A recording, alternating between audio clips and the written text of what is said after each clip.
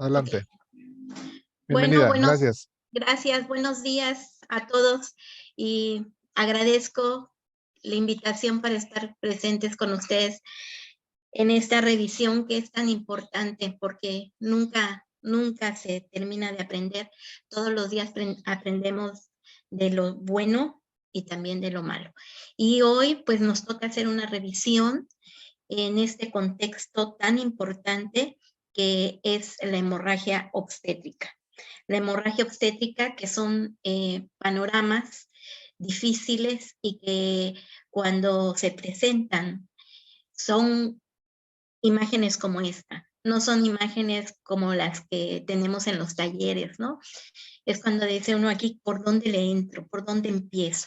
No podemos abordar estos temas si no hablamos del contexto de dos situaciones importantes. Bien lo decía, tenemos que apegarnos a nuestras normativas, estamos actualizando y esta charla hoy va a tener esa característica, va a ir muy pegada a estos procesos que nos menciona la guía de actualización 2021 de hemorragia posparto.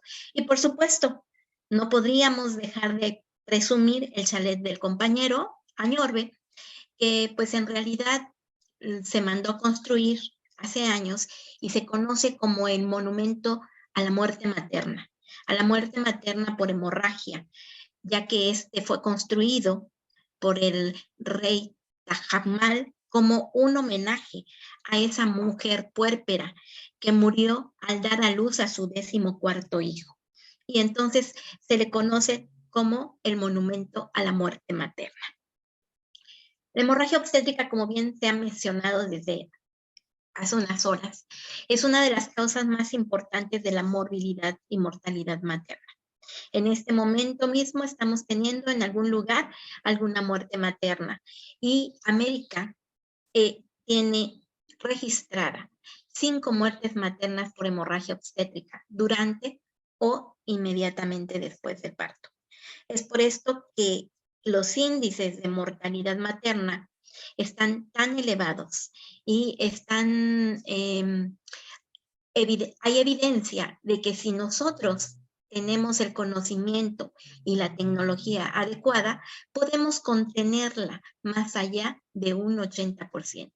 Entonces, ¿por qué seguimos estando en esos estándares tan altos de la mortalidad materna, que no ha podido bajarse de ese rubro de los primeros 3 lugares, la hemorragia obstétrica? La hemorragia obstétrica que en el 2019 no estuvo a nivel nacional en un buen número, en un 7º lugar, ¿verdad? A Guerrero, pero a nivel global fue el primer lugar, la causa que hoy nos tiene aquí platicando, la hemorragia obstétrica. En el 2020, lamentablemente vino el enemigo denominado COVID y no hay como una estadística real, sino hasta el 2021. Y en el 2021, obviamente y por lógica, el primer lugar lo tenía este virus, el COVID-19. En segundo lugar, estuvo las enfermedades hipertensivas y en el tercer lugar, la hemorragia obstétrica en el embarazo. Pero si ustedes se fijan, por aquí, como en el 7º lugar, hay un rubro que dice aborto. ¿El aborto no tiene hemorragia obstétrica? Entonces, tendríamos que sumarlo y tal vez se quedaría en un segundo lugar. Actualmente, en el 2022, hasta la fecha, llevamos un corte nacional de segundo lugar en la hemorragia obstétrica. Lamentablemente, les decía yo, día a día, minuto a minuto, estamos teniendo esta fractura, este quiebre y hemorragia obstétrica se nos está presentando en nuestras unidades diariamente, día a día, en el centro, en la montaña, en la Costa Grande, en la Costa Chica, ¿verdad? Entonces, no hay descanso para esta situación, para esta entidad. Y tenemos un contexto muy importante. ¿Por qué no a veces actuamos de manera correcta? Porque no existe una definición universal. No existe una definición universal para definir lo que es hemorragia obstétrica. Es como cuando dice, ¿te duele? Mucho. ¿Qué es para ti mucho? ¿Qué es para mí poco? Entonces estamos en ese contexto, estamos en esa controversia en la situación de hemorragia obstétrica, puesto que ni siquiera las instituciones se han puesto de acuerdo porque no lo tenemos claramente.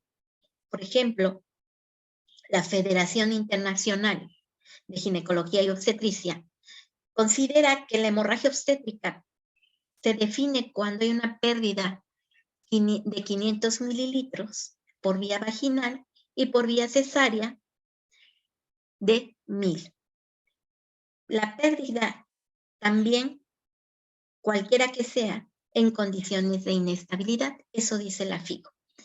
Si nosotros volteamos nuestro rostro y hablamos sobre lo que dice el Colegio Real de Obstetras y Ginecólogos, en su boletín obstétrico, dice que ellos van a definir la pérdida obstétrica de sangre en cantidad suficiente para producir una inestabilidad hemodinámica. Pero también le ponen ahí un apellido donde dice que también es aquella que se va a tener a 150 mililitros por minuto. Y la llaman temprana o primaria cuando esta se presenta 24 horas posparto, que es la más frecuente. El 97% de las hemorragias tempranas es en las 24 horas posparto. Y la tardía o secundaria, que es la que se presenta 24 horas después del parto y hasta las 12 semanas. Esta es en un porcentaje de 1 a 3%. Pero chequen ustedes, nos hablan de una pérdida mayor de 150 mililitros por minuto. Y vuelvo al contexto, es la visión de cada uno.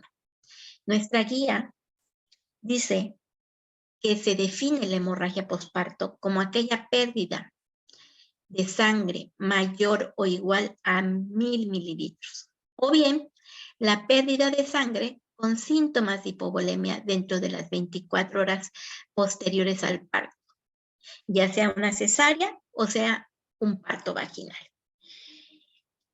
La Sociedad de Ginecología de Canadá nos dice que es toda pérdida que nos cause inestabilidad hemodinámica. La cantidad requerida no la mencionan. Y creo yo que no, en este foro vamos a quedar en un consenso y creo que la gran mayoría de ustedes van a estar de acuerdo que los obstetras canadienses tienen esa visión que nos ha faltado para poder definir lo que es una hemorragia obstétrica. Y ahí está la piedra angular de este problema. Para algunos tienen que decir, no, son 150, son 100, son 500. Acuérdate lo que dice, 500 por mililitros por vía vaginal, 1000 por vía abdominal. Creo que tendremos que reflexionar que estos obstetras la están haciendo bien.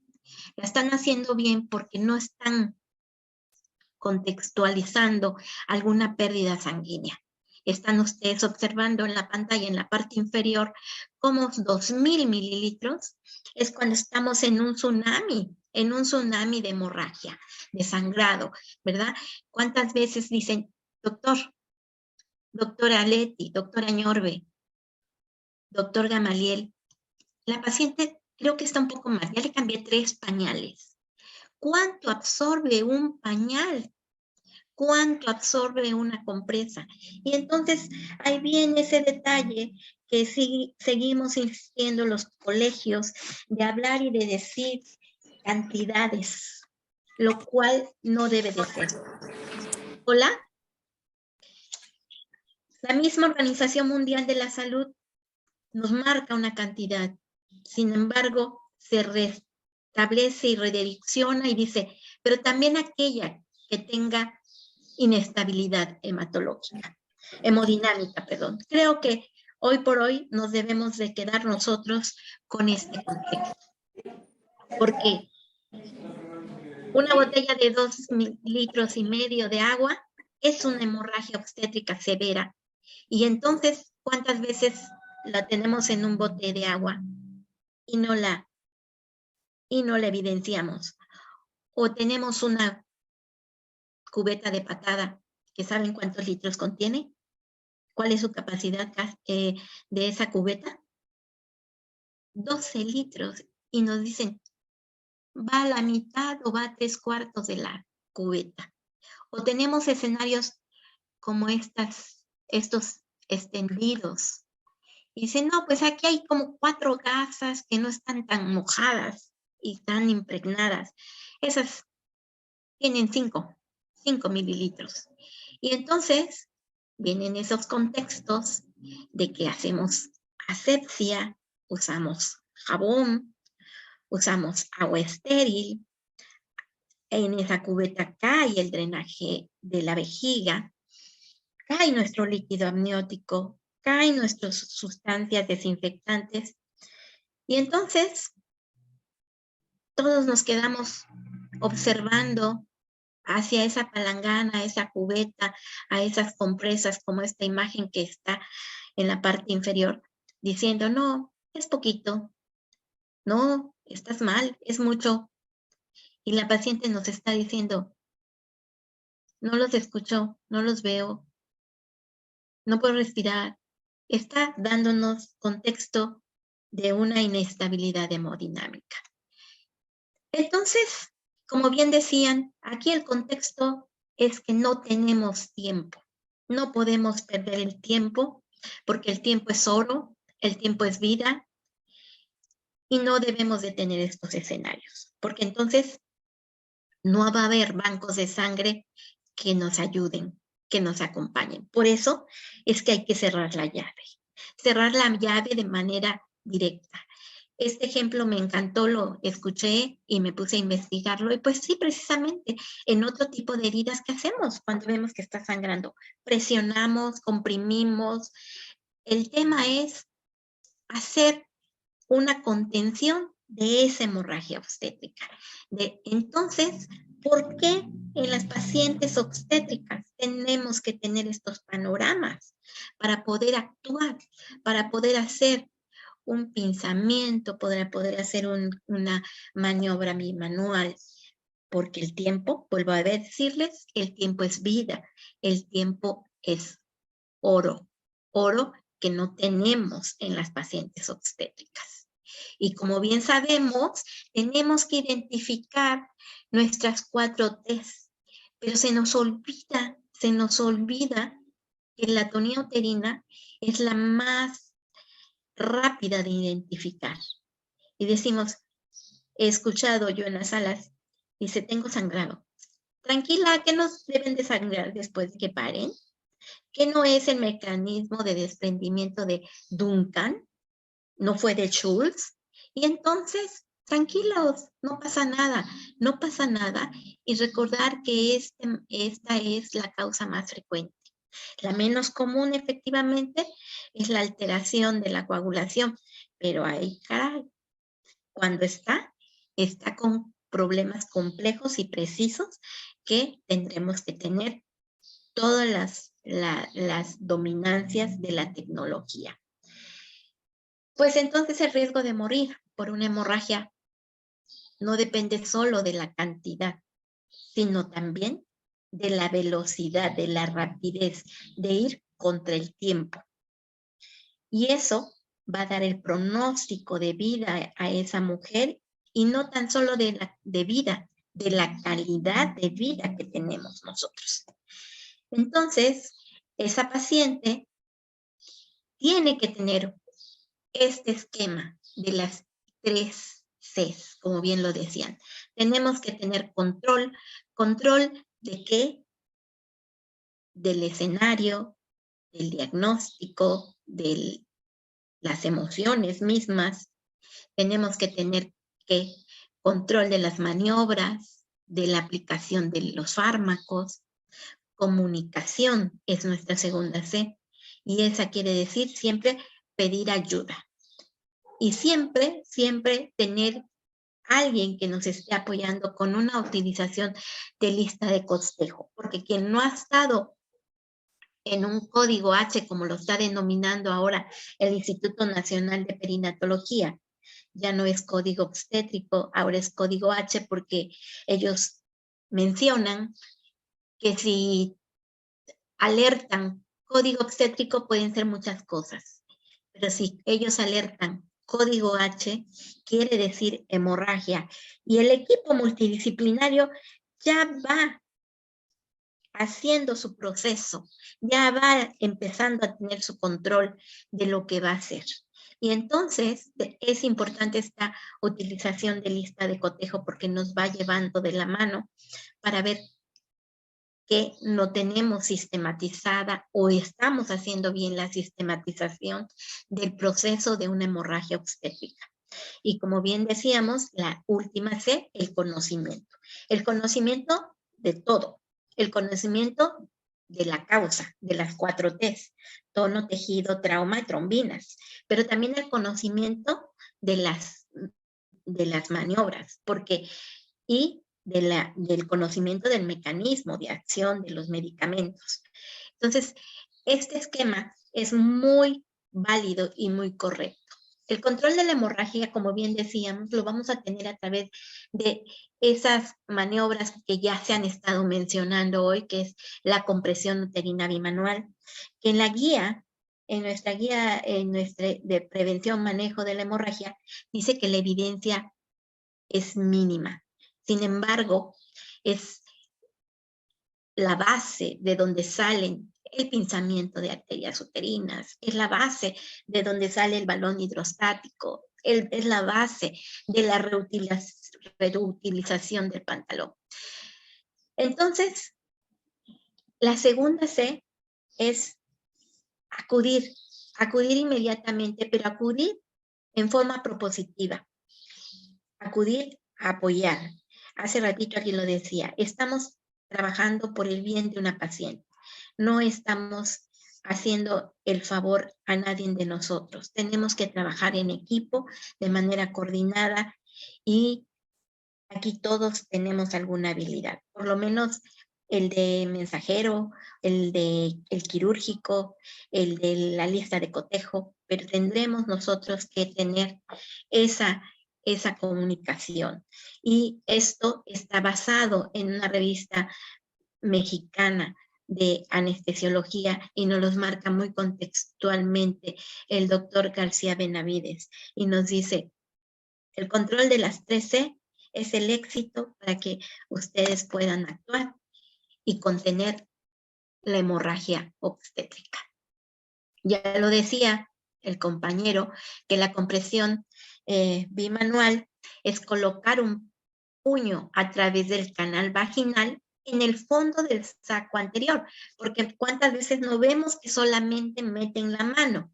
Hay que buscar el fondo del saco anterior y aplicar presión a esa pared contra el útero para que de manera simultánea nosotros hagamos una presión contralateral y hacer un contexto como de un sándwich, como de oprimir ese útero.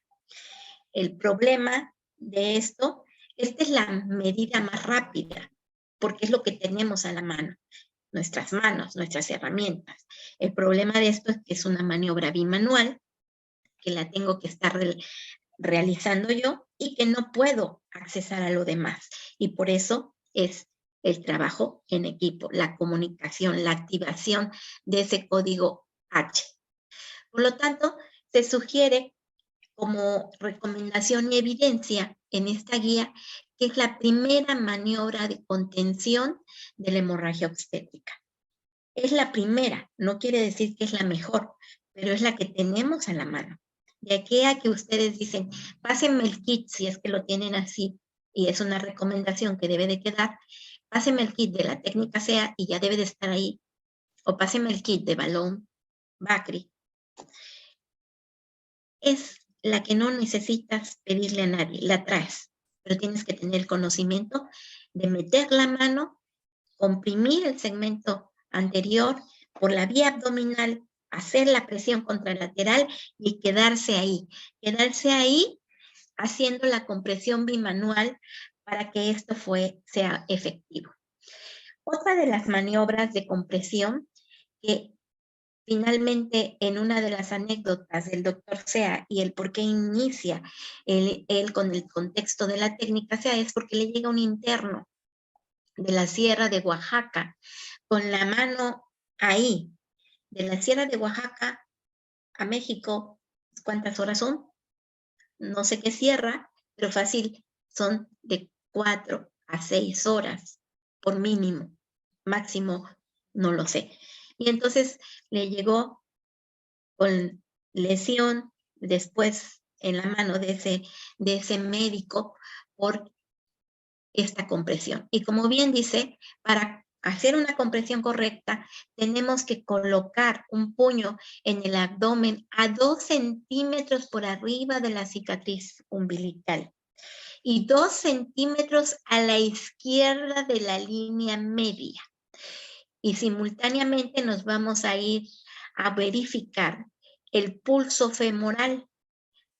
Con esto vamos a nosotros a tener la certificación de que nuestra compresión aórtica es correcta.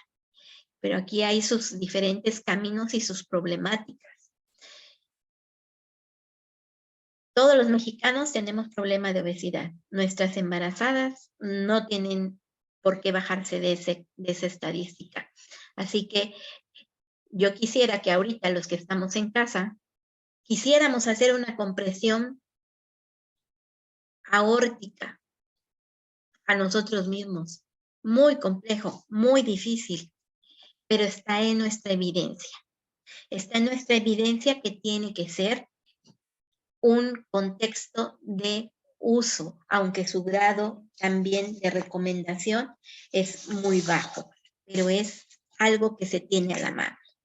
Mientras nos llegan otras medidas de contención. ¿Cuáles son esas otras medidas de contención? El traje antichoque no neumático, el pinzamiento de las arterias uterinas técnica SEA, los balones hidrostáticos de taponamiento uterino y las suturas hemostáticas. Como ven, en estas medidas no vienen la histerectomía, no vienen esos contextos porque no son medidas de contención que sean de primer orden. Están quedándose en la última lista y en la evidencia, como bien nos los comentaban, hay que hacer una rectificación de las maniobras, de las medidas, de las técnicas que se le pueden ofertar para evitar un contexto de una histerectomía. Sin embargo, también está evidenciado que si eso es lo que tienes que hacer, la tendrás que realizar. Solamente habrá que dejar una buena información. ¿Cuánto tiempo debes de hacer antes de seguir con los demás procesos? La compresión, 45 minutos, como mínimo. Imagínense ustedes estar ahí 45 minutos para que ustedes se den cuenta que es efectiva.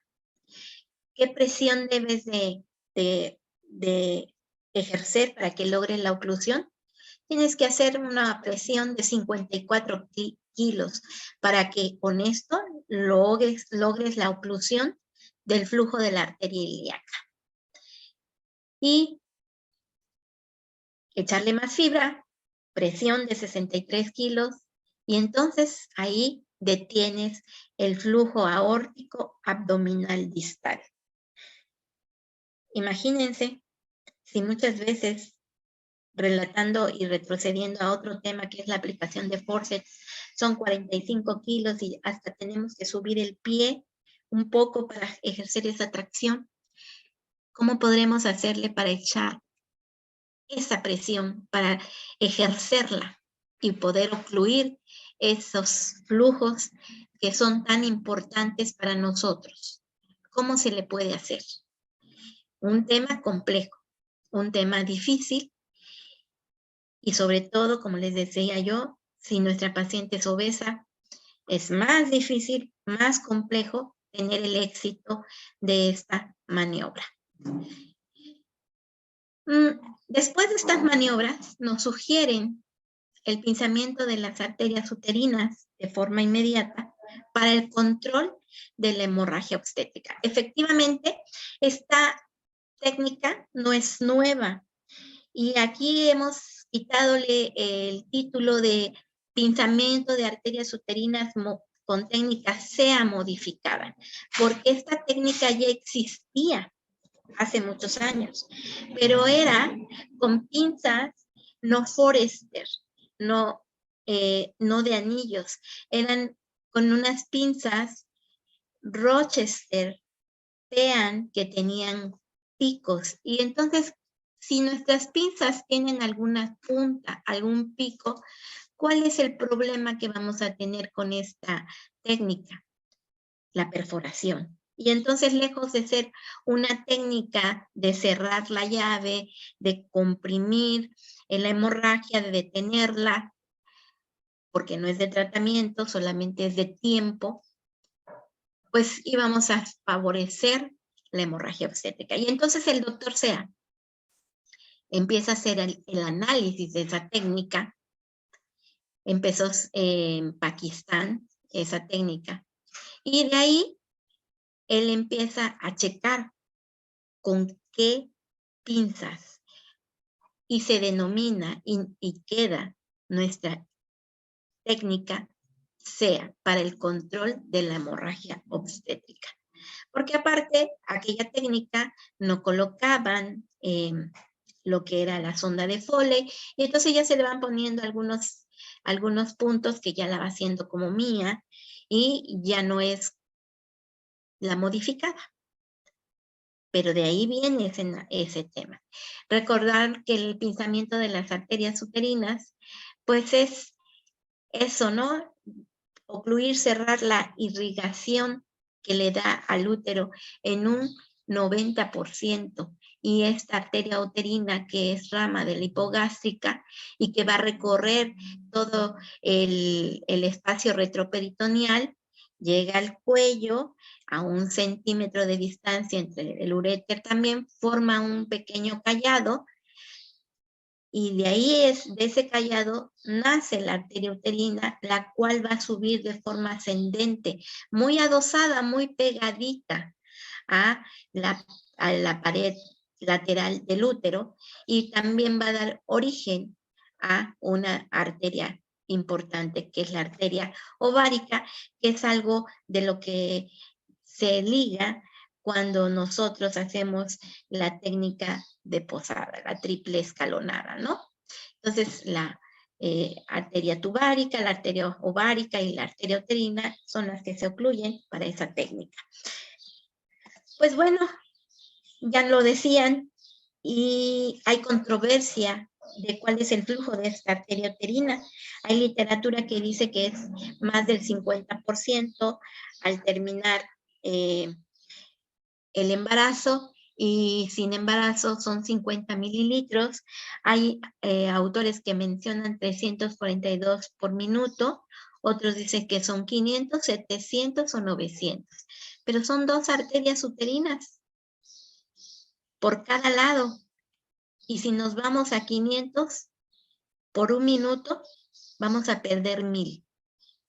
Si nos vamos a 342 o 350, para no ser tan exagerados, estamos perdiendo 700 por minuto.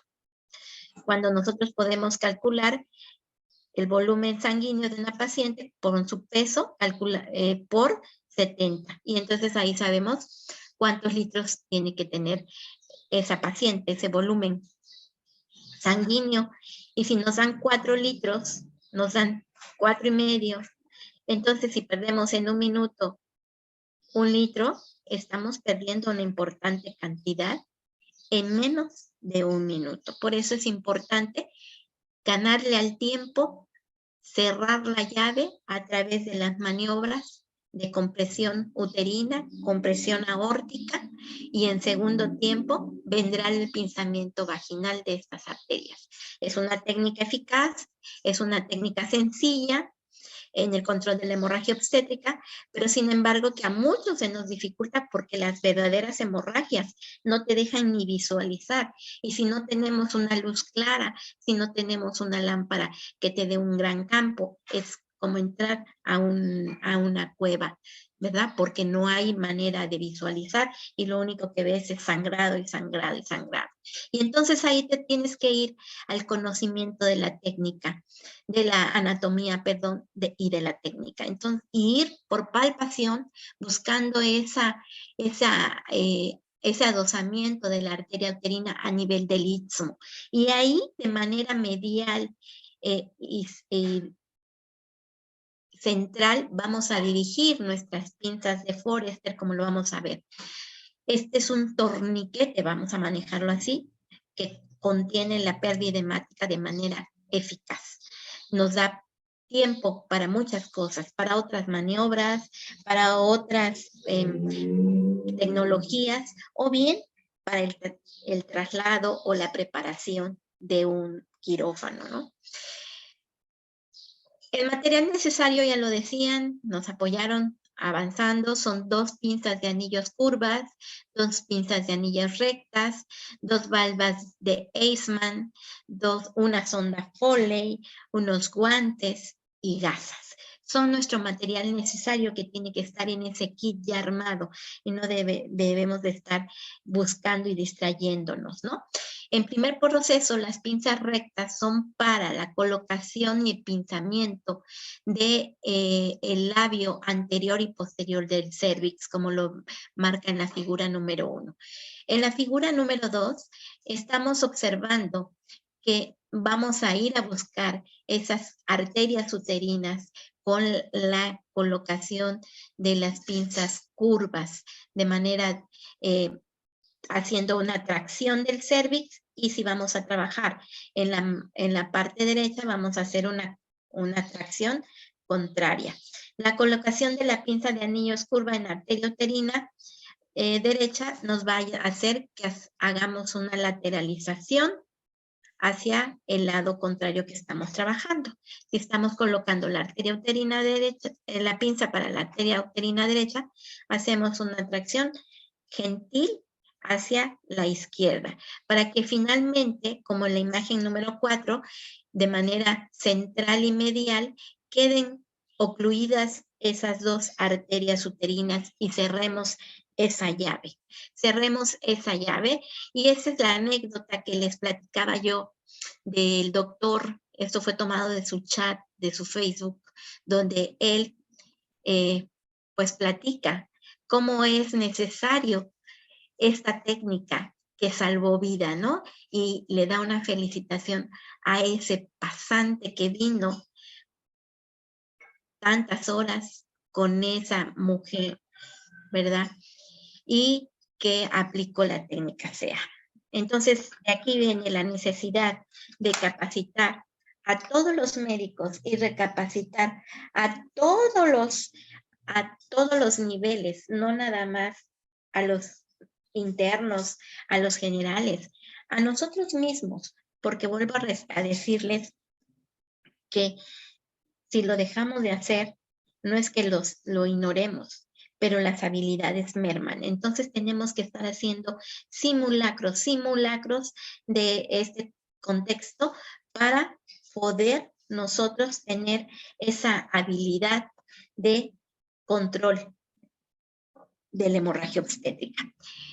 Los balones hidrostáticos endouterinos, pues, ¿qué van a hacer? ¿Cuál es su función? Van a hacer presión hidrostática hacia adentro de la cavidad y va a ir a hacer esa presión a las paredes de esa cavidad. Va a comprimir los vasos. Con esta compresión vamos a disminuir el flujo, vamos a facilitar entonces que haya una coagulación, y al mismo tiempo vamos a estimular que haya una contracción miometrial para que se contenga esa hemorragia obstétrica. Es una medida también temporal para disminuir la pérdida hemática. Se requiere de personal capacitado, y este personal capacitado que esté entrenado. Tenemos diferentes balones hidrostáticos, tenemos el balón Bakri, que quiero decirle y recordarle que antes de tenerlo en otros hospitales, el Hospital Básico Comunitario de Tixla tuvo su primer balón de Bakri, porque ahí el doctor Añorbe contribuyó económicamente para adquirirlo también, de alguna manera, haciendo consumos y costos, consumos de cuestiones que nosotros ofertábamos para poder tener esa capacidad de comprar el Bakri. El balón condón, que yo le llamo ahora y que muchos le llaman artesanal, ese balón condón artesanal que a mí sí me tocó usarlo y quiero decirle que es muy difícil estarlo armando en su contexto, en su momento, porque es un tema que muy, muy difícil de estar manejando, desenrollando el condón con las manos con sangre, se te resbala y entonces le doy la razón al doctor que es muy difícil. Yo sí he trabajado con él antes de tener balón Bakri. Lo escuché en una capacitación y dije, ¿por qué no? Y fue una manera de hacer llegar a las pacientes en forma más estable al Hospital General de Chilpancingo. Y hoy está el sistema de taponamiento de doble balón, que es el sistema EBB, que es un balón que ayuda a controlar la hemorragia obstétrica de cavidad uterina y de canal vaginal. También quiero mencionarles que en su contexto y en su tiempo, dos compañeros, el doctor Flores y el doctor Galileo, se dieron a la tarea de formar un balón guerrero. ¿Y por qué un balón guerrero si ya había un balón Bakri? ¿Por qué un balón guerrero si ya había un balón condón? Y la justificante se me hacía muy válida y muy buena, porque no era tan caro como el Bakri, pero no era tan difícil porque ya venía armado como el condón. Sin embargo, algo pasó en el camino y ya no se siguió, ¿no? El balón Bakri hoy por hoy en nuestro país es un balón que es reusable, pero en realidad es un balón que está aprobado por la FDA para un solo uso y se desecha, pero en nuestro país lo reusamos hasta que se rompa, las veces que sean necesarias, previa desinfección y esterilización con sustancias que nuestras compañeras enfermeras saben hacer muy bien. Es un material de silicón, es de un 24 French, tiene 54 centímetros de longitud y es de un lumen único y tiene una capacidad de 500 mililitros. Este balón condón, este balón Bakri, perdón, cuando está bien colocado, está ocluyendo completamente el orificio cervical. Y cuando está mal colocado es cuando lo observamos en la cavidad vaginal. Por ello, durante su técnica se recomienda que se coloque, si hay dilatación cervical, importante, un tapón vaginal. Un tapón vaginal para evitar la fuga de ese condón y de ese balón. Y muchas veces recuerdo que decían, pero si lo pusieron bien, ¿por qué es que se están reclamando en los hospitales que el balón llegó en la vagina? Pues ese es el pequeño detalle técnico, ¿no? No hacemos el contexto de tener esa precaución de colocar ese tapón. Si quisiéramos tener un kit para la formación de los condones, de los balones hechizos o artesanales que le llamo yo, pues tendríamos que tener a disponibilidad suturas, obviamente los condones, sondas de Nelaton, sondas de Foley, solución y equipos de venoclisis. También se puede hacer con los guantes. En realidad, muchos de nuestros pasantes aprendieron en diferentes cursos la aplicación de estos balones. Este video nos iba a demostrar o nos pretendía demostrar cómo nosotros podríamos, cómo sería la práctica.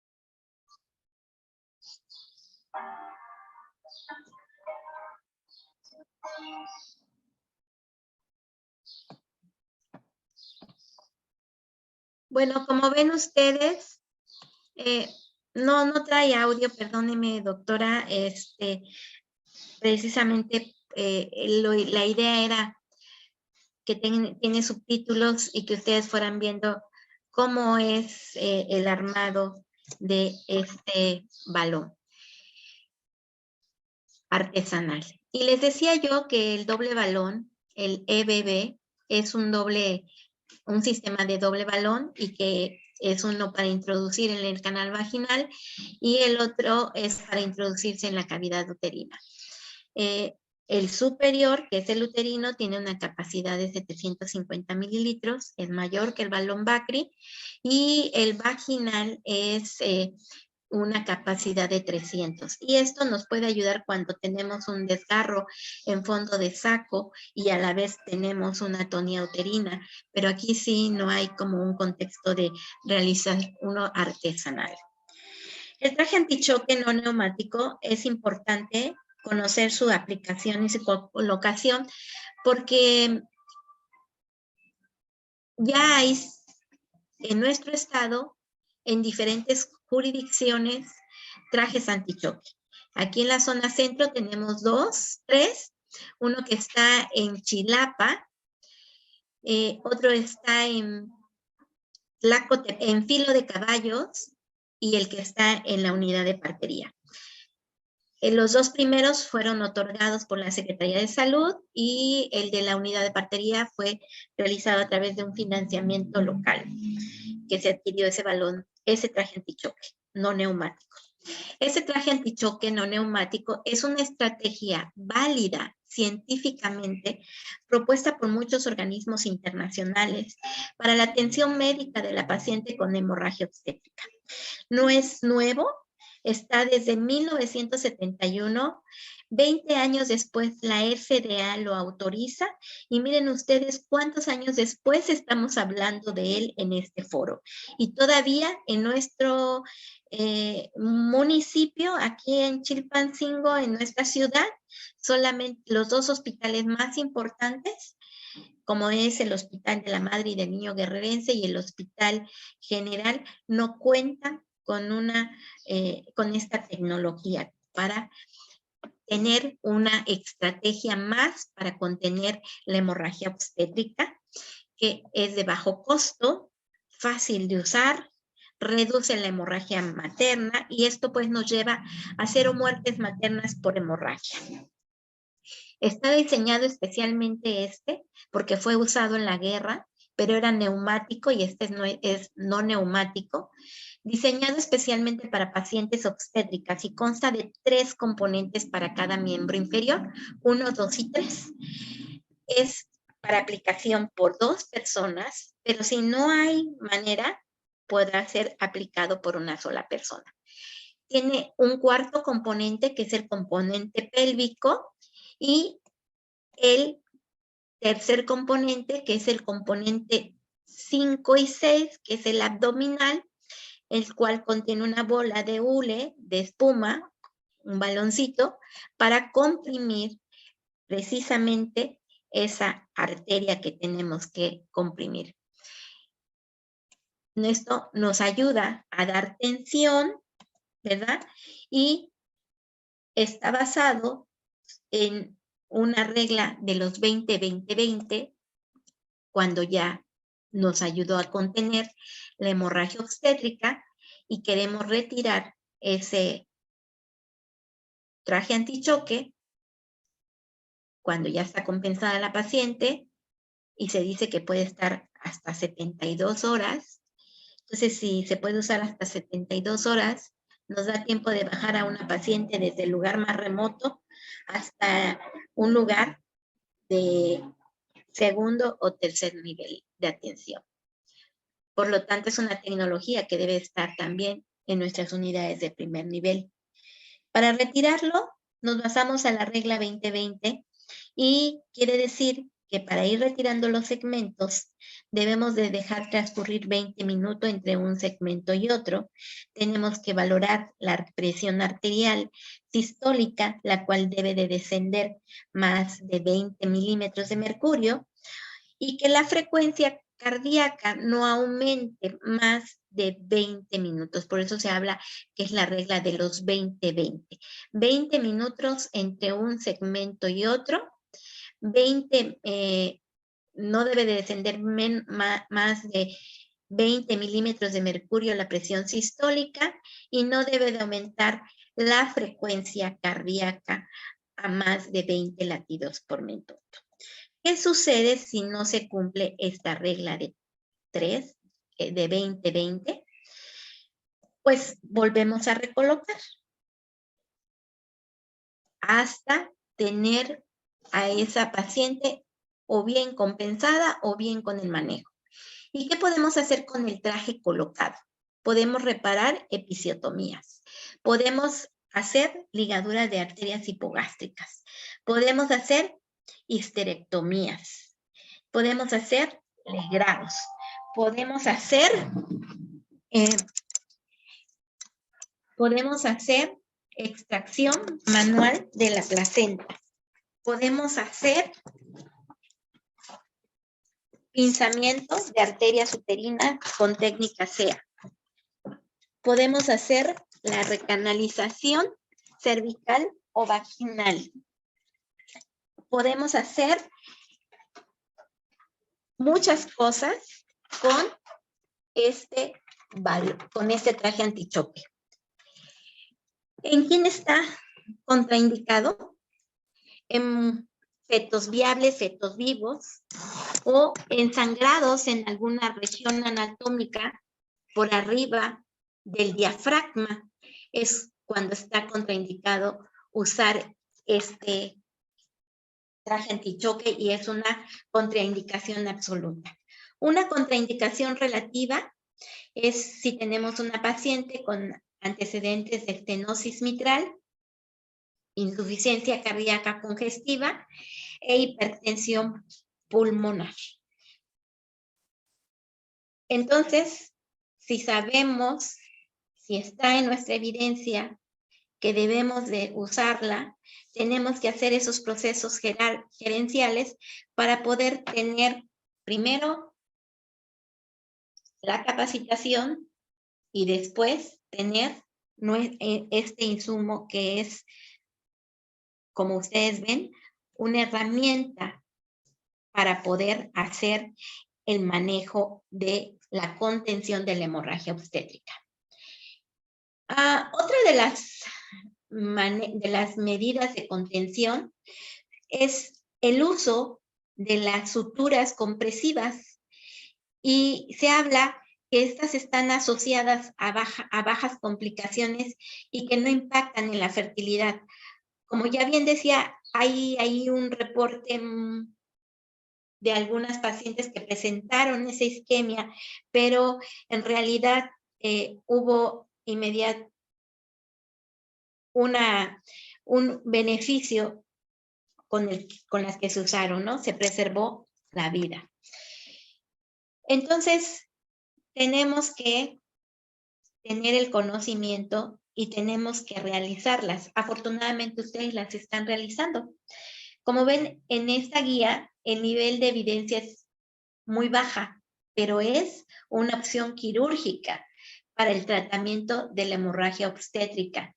Y estas suturas compresivas han funcionado y han evitado tener que realizar una histerectomía. Muchos de nosotros, que somos ginecólogos, cuando estuvimos capacitándonos como ginecólogos, tuvimos la fortuna de ser ayudantes en una ligadura de arterias hipogástricas, pero nunca hicimos una ligadura. Y entonces tendremos que estar buscando cómo capacitarnos. Un ejemplo de ello fue nuestro compañero Añorbe, que él, por su propia cuenta, un día platicando me dice, ¿usted hace ligadura de arterias hipogástricas? ¿O cuántas hizo en la residencia? Realizar ninguna, ayudar 2, 3. Y así, si hacemos el recuento, tal vez actualmente hoy ya está incluido porque el doctor Posadas en la Gineco 4, desafortunadamente ya se acaba de jubilar y las nuevas generaciones ya no van a tener la fortuna de estar él ahí pugnando porque salgan capacitados en el contexto de las ligaduras, de las técnicas quirúrgicas para poder desarterializar y contener el sangrado. Pero estas técnicas son sugeridas como tratamiento quirúrgico escalonado. Cuando no tenemos respuesta a una, vamos con otra para ir llegando poco a poco a lo que no queremos llegar, que es a una histerectomía. Hay evidencia en revistas colombianas, en revistas de ginecología y obstetricia, donde se dice que están recomendadas como medidas conservadoras y que va a depender mucho de la circunstancia clínica y obviamente de la experiencia de quien atienda a esa mujer y que deben de ser ligaduras bilaterales, que nunca debemos de quedarnos solamente ligando un solo lado. Entonces, la sutura, una de ellas es la sutura de Behlinger.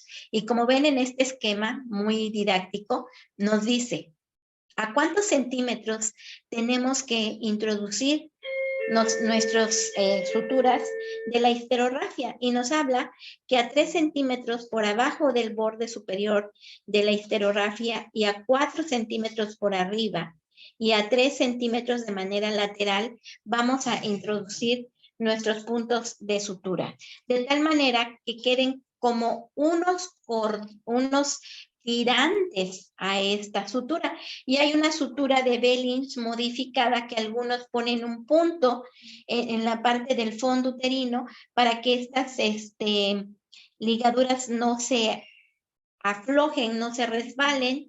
Y entonces lo complejo ahora para hacer esta sutura es la aguja, que no contamos con la aguja correcta para poder atravesar esta pared, ¿verdad? De manera correcta por lo grueso que es nuestra capa muscular.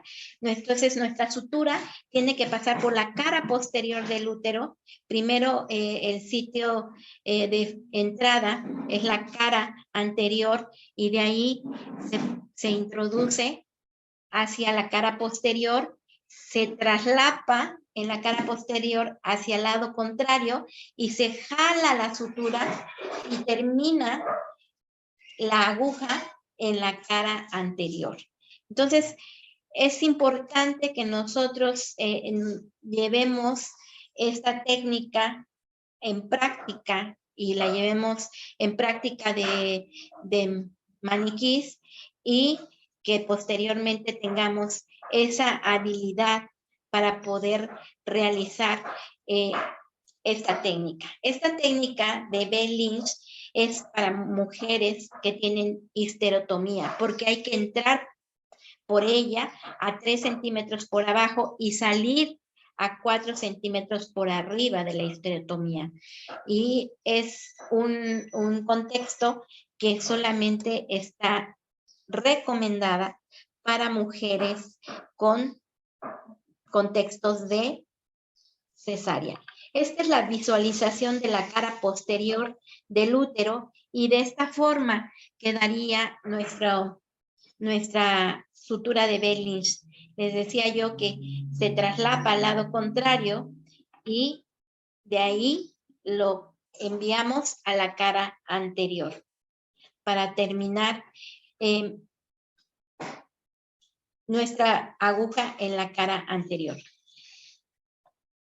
Necesariamente tenemos que tener un ayudante y ese ayudante tiene que conocer la técnica, porque si no la conoce, entonces solos no vamos a poder realizar la técnica y su papel de ese ayudante es mantener la tracción del hilo, ejercer presión hacia abajo del útero para disminuir el útero como si lo quisiéramos comprimir y lo mantiene también a la vez de forma final mientras se anuda.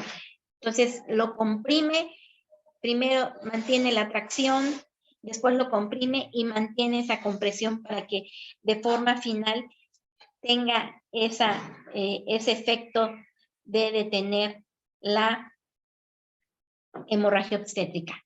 Y al final se hace el cierre de la histerotomía y el nudo de la sutura de Behling va a quedar por abajo de esta histerotomía de la manera como lo vemos aquí. También tenemos lo que es la sutura de Hyman y la sutura de Hyman, esa se puede hacer y es más indicada para nuestras pacientes que no tuvieron una cesárea, sino que tuvieron un parto, pero también actualmente ya se está usando para las pacientes con cesárea. Esta es la cara anterior y la cara posterior y anterolateral de la sutura de Hyman, que es muy parecida a la de Lynch. Tenemos la sutura en forma de U, que al parecer ustedes ya la están haciendo, porque creo que así presentaron una imagen, y es el esquema que estamos observando, donde estamos entrando y saliendo, y estamos haciendo en todo el cuerpo del útero nuestra colocación de nuestras suturas en forma de U, y como si tuviéramos una compresión de esta pieza anatómica que es el útero, y esta sería la forma en que quedaría, que sería la sutura en U. La sutura de Hosho es para las atonías uterinas selectivas. De repente solamente tenemos el útero con atonía en el fondo o en la parte media del cuerpo uterino. Pues para estos casos es cuando se indica la sutura de Hosho, y esta va a ser dada entrar, salir, y formar, como lo estamos viendo en este esquema, cuadrados, y esos cuadrados al terminar y juntarse el hilo que entra y el hilo que sale, se comprime y hace una compresión del espacio que está presentando la atonía. Algunas recomendaciones que queremos dejar para el uso de estas suturas es no realizar masaje uterino una vez que se realice este procedimiento. Debemos usar suturas absorbibles. No se requieren antibióticos de rutina, excepto en aquellas que hayan tenido una situación de emergencia y que no se tuvieron los procesos correctos de prevención de infecciones, o bien pacientes con rupturas de membranas de largas horas. Y la paridad satisfecha no es una razón suficiente para realizar una histerectomía. Tendremos que siempre hacer las medidas de contención.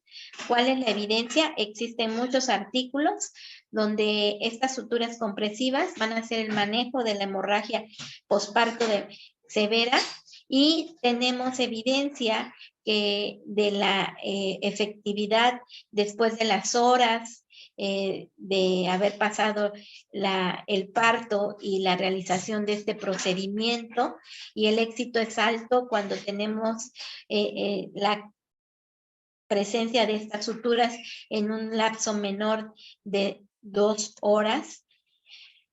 En algunos países son terapias de segunda línea, como en el Reino Unido, y los resultados finales que tenemos en esta revisión que se hizo en Escocia nos hablan que los casos de hemorragia exitosos tratados con éxito con balones hidrostáticos fueron altos, un 50%, que las de la sutura Belich un 42%, radiología intervencionista un 10%,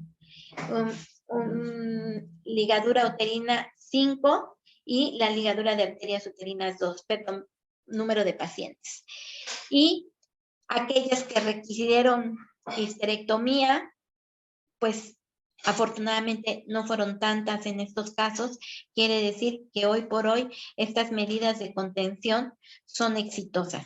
Tenemos que concluir que debemos de detener el sangrado de forma precoz, eficaz, que esto es esencial para evitar esa triada letal que nos lleva a tener los altos estándares de mortalidad materna por hemorragia obstétrica, y que una vez que tomemos la decisión del procedimiento, hay que recordar que hay que tomarlo acompañado de quien tenga esa destreza y tenga esa experiencia en ese equipo de profesionales que están a nuestro lado. Y que hoy por hoy tenemos que estar haciendo entrenamiento y capacitación basado en estas competencias, y que el trabajo en equipo nos va a dar un resultado excelente, pero que también es importante no trabajar solo y siempre, siempre pedir ayuda.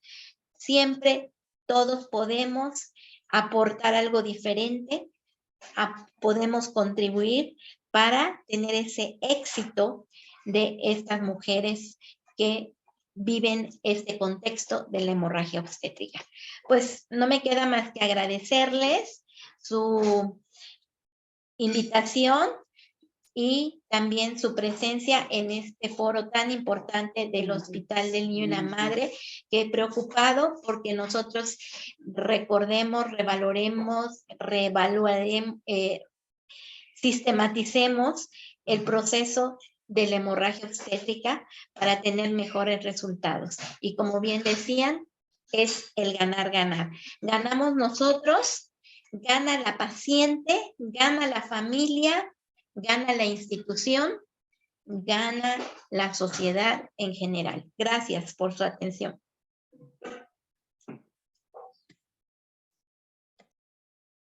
Muchas gracias, doctora América. Aquí le